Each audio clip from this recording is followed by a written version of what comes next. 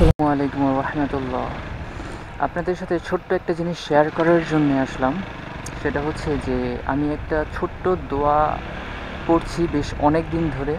তো যেটা আমল করার পর থেকে আমি এখন পর্যন্ত কখনোই টাকার অভাবে পড়ি নাই।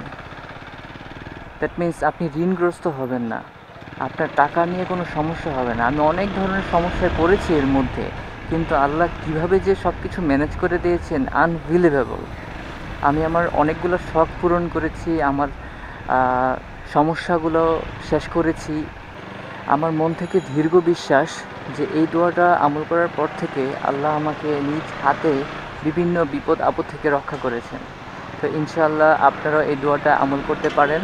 এই দোয়াটা আমি অ্যাকচুয়ালি শিখেছি আবু তুহা আদনান হুজুরের একটা লেকচার থেকে।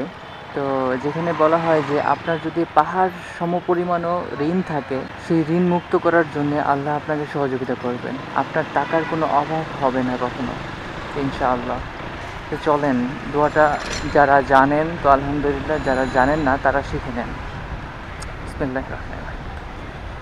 আল্লাহুম্মা ইকফিনি বিহালালিকা আন হারামিকা ওয়া আগনিনি বিফাদলিকা আম্মান সিওয়াকা।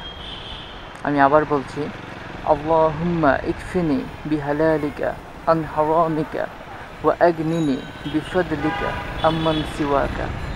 এই দোয়াটা বেশি বেশি পড়বেন, সেজদায় পড়বেন, যখন সময় পাবেন তখন পড়বেন, নামাজ শেষে যখন দোয়া করবেন, দোয়াতে চাইবেন।